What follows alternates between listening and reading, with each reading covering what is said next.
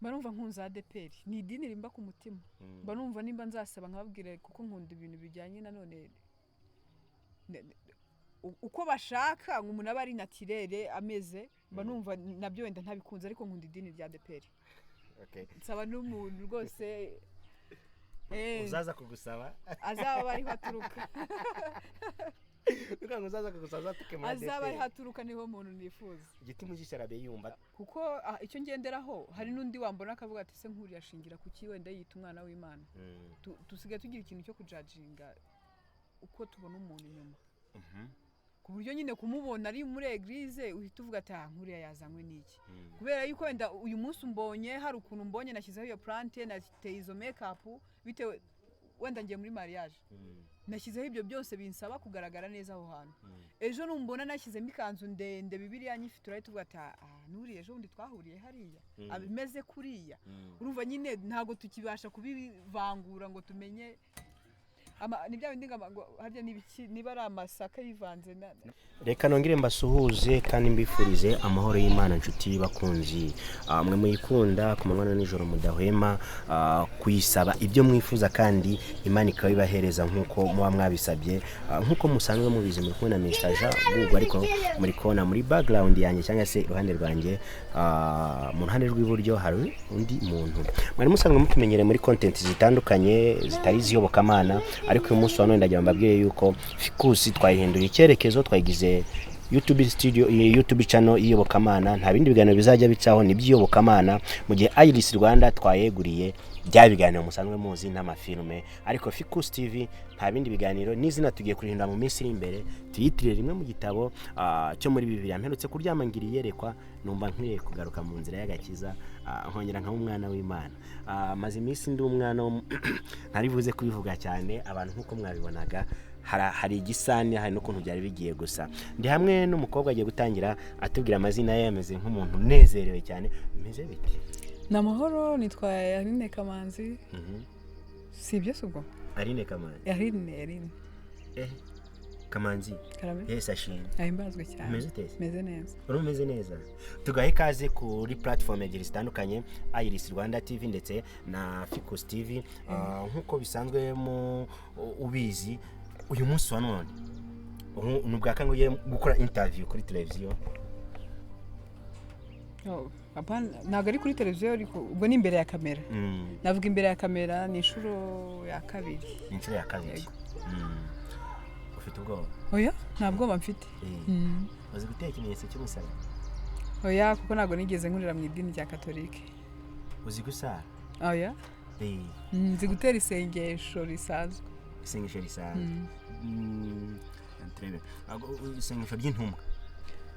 ry'intumwa kuko ndibaza ryo Yesu yasize abwiye intumwa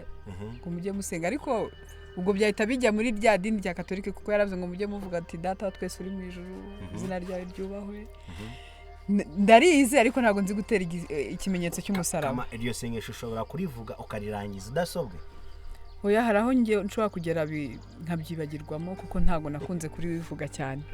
yego ngiye kurivuga mu Gifaransa uragivuga mu Cyongereza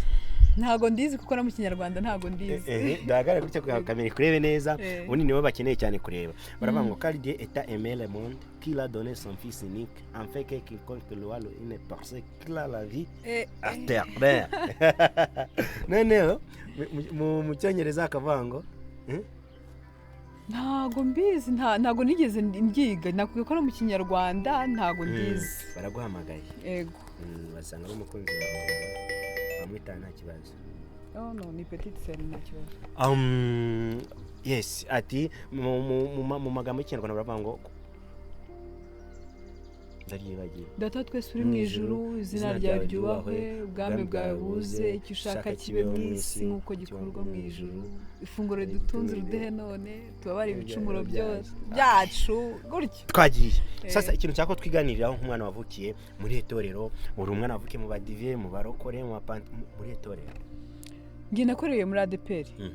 kuko nakuze nsanga papa akora muri Adepr ayobora idini rya Adepr yari umukozi yego wa Adepr abana b'abapasiteri babivuga neza beruye ubundi nta mwana w'umupasiteri aravuga ati papa bari mu kazi atahemwe nta mugati tubona niho uva kuko twakuze nta kandi kazi tubona ahanze amaso ariho nyina. Impamvu y'iyi topic rero avuga ngo kubera ko abana b'abapasiteri kenshi usanga badakurikiza imigendere n'imibereho y'igisekuru cy'ababyeyi babo, atari ugutakaza indangagaciro za gikristo, ahubwo ntibabe nkabo. Oya, ni nko guharabika, njye nabyita nko guharabika, kuko ntabwo bivuze ko kuba ari ukuntu birane na amabwiriza, nkuko mu kazi kose kagira amabwiriza. Rero ntabwo bivuze ngo nimba idini rifite aya mabwiriza, nimba nyuranyije nayo, ntabwo bivuze ko napagani. Njye birambifata nk'amabwiriza nyine bashyizeho yabo. Tukavuga ati nkuko mu ishuri bavuga ati iki kigo twambara ino uniform, bifata nk'uniform nyine y'idini. Adepr wakuzi uzi ko kwambara kano kantari icyaha. Yego. Wamenye ko Yari katari icyaha. Oya, ntabwo nigeze mbifata nk'icyaha. Namye numva ko atari icyaha, ahubwo mbireka kuko nta bushobozi, ikintu iyo utari kubasha kukigurira kandi ubwo wakakibwiye watacyemera, urabireka ukavuga ati ntabwo ari icyaha, ariko nibishoboka nzagenda mbimwumvisha, wenda ninkura nkabimubwira, ariko ndibashe no kubyikorera. Iyo ubishoboye uba waratanye gupfumura amatwi kera. Cyane, kuko njya nibuka ukuntu nagambiriye gupfumura amatwi kera, nkajya mbwira papa ati papa ningira amahirwe, ntabwo nabimubwiraga, nabiganizaga abandi bana tuvukana, nkababwira nti ningira amahirwe papa mara kumpa minervare yo mu gihembwe cya 3 cya senior 6, nzahita nipfumura amatwi. Akimara kubikora nanjye nahise mfumura. Numvaga nyine ikintu twari duhuriyeho n'icyo minervare, kuko ntabwo yabyemeraga cyane ko no mu ishuri yankize mu ishuri ryegamiye kuri Adepr. Urumva noneho nkurira muri iyo discipline, ariko kubwanjye nkumva si icyaha. Arine Kamanzi, umwana wo muri Adepr, ugeze urima muri korali?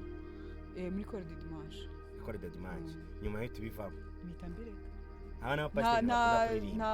nta korali y'abantu bakuru nigeze mbamo. Kubera numvaga nyine hari ukuntu kura wumva ibintu atari Imana yawe. Ubwo na segonderi ntibyashobokaga? Ntabwo nigeze mba mu bintu by'amakorali cyane. Tugaruka ku mibereho y'ubuzima bwa gikristo, ubona umuryango nyarwanda muri uyu munsi, kuri iyi saha none duhagazeho, imibereho ya gikristo bimeze bite mu mitima y'abantu, mu muryango, muri sosiyete? Ukurikije uko wakuze ubona abantu basenga, y'abakatolike, y'abadeperi, y'abayisilamu, urukundo rwari ruhari, ubufatanye bwari buhari, gusabirana kwari buhari, ubigeranije n'uyu munsi wa none, ubona bihagaze gute? Ubona byaragabanutse, si ukugabanuka, abantu dusa nkaho twihugiyeho, tukumva ko ikintu duhanze amaso ni hahana hari ahantu uri bujye ntuhakure na 500 kuri uwo munsi. Wumva nyine ntabwo nimba ari ugusenga ndi busenge ngiye kuryama, ukumva ko bihagije. Nyine gusenga kwa kera kwarashize, kera twabaga njya nibuka nakoraga amasengesho y'iminsi 3 ndi umwana muto, ku buryo papa ajya avuga ati basi wazongeye ukaba wa mwana. Ugeze usenga yo kwiyiriza cyane, iminsi 3 igashira ndi ku rusengero mu rugo babizi ko ariho. Ubu ntabwo ushobora kumara umunsi umutarari? Kuri ubu byagorana, si ukuvuga ngo byagorana kundi kubona ntabasha kwirirwa umunsi ntariye,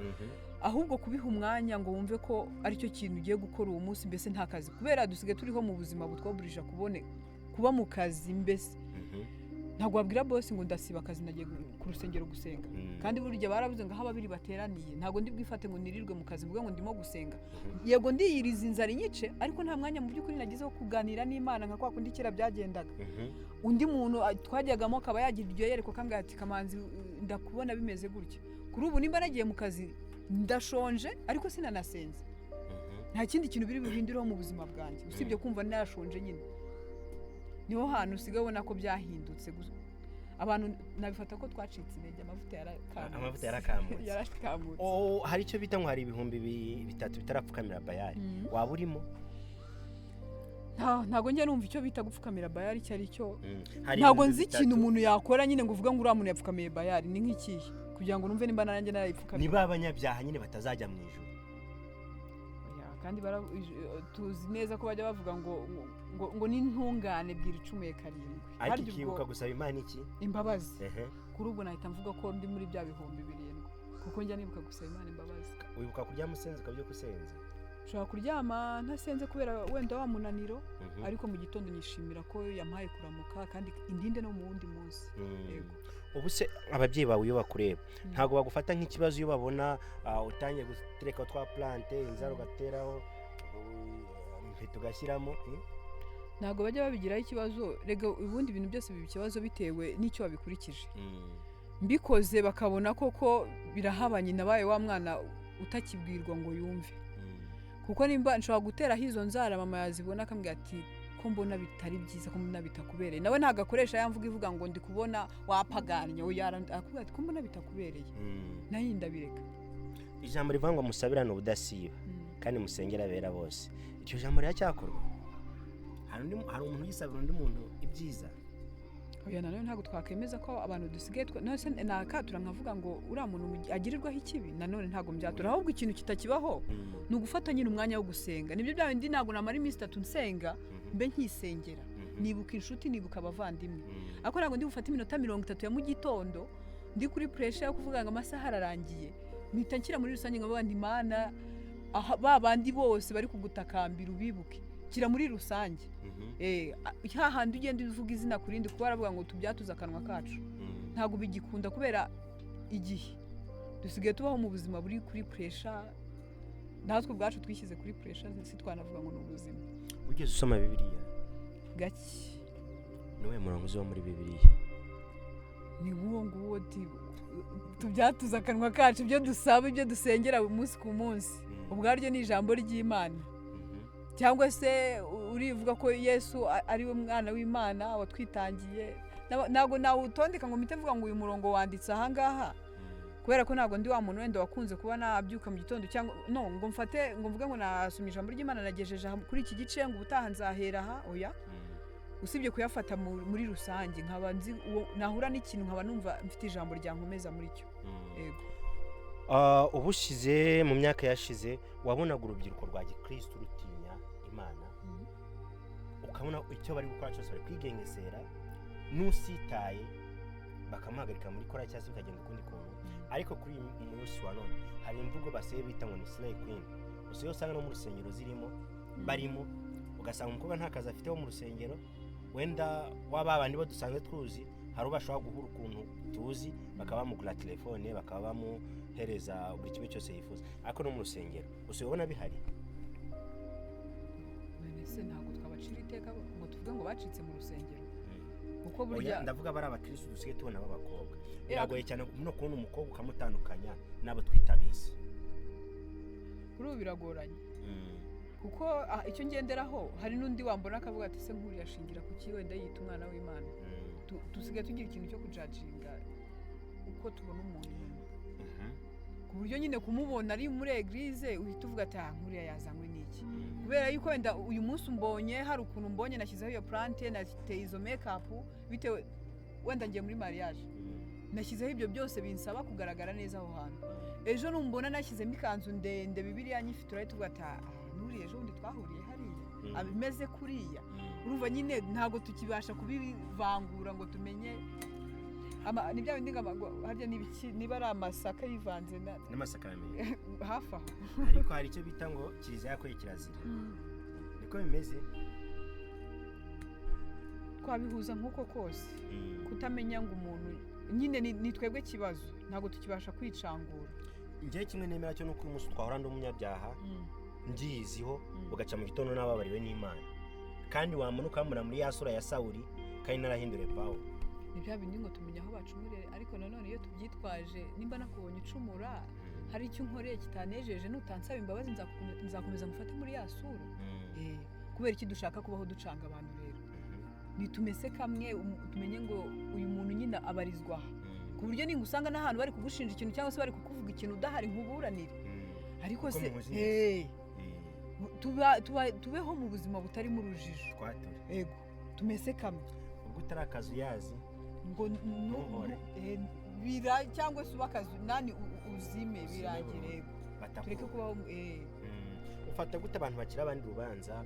ku misatsi ku ma blink ku ma bijuteri whatever njye ntabwo njya mbacira urubanza kubera ko nta nubwo mbikunda ikintu cyose numva ko umuntu akunze agikora kuko agikunze biba byiza nyine iyo wimenye ukavuga ati njyewe ikintu nkunda ni iki reka ngikore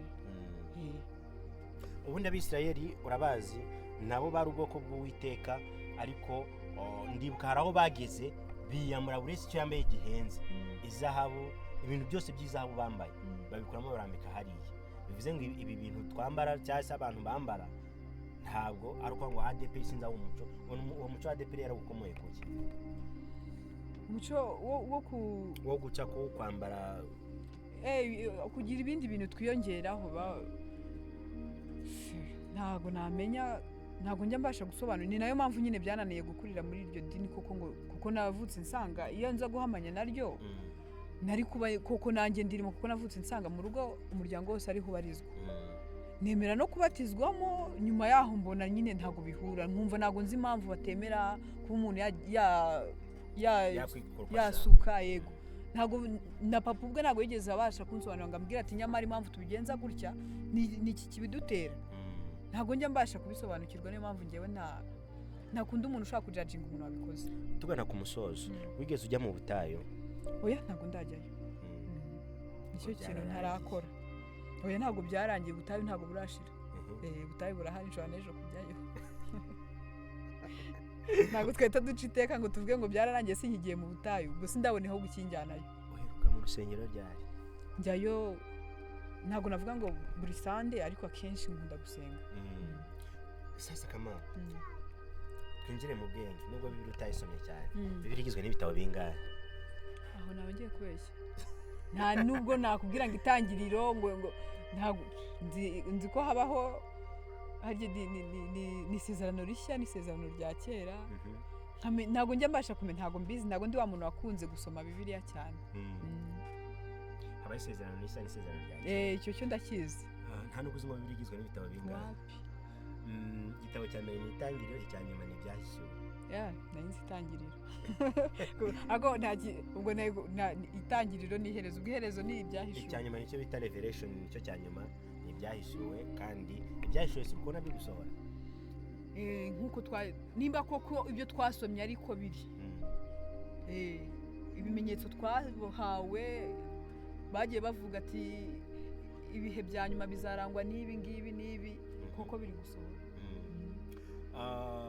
ikibazo cya nyuma wambaza ushaka kiri ku mutima wawe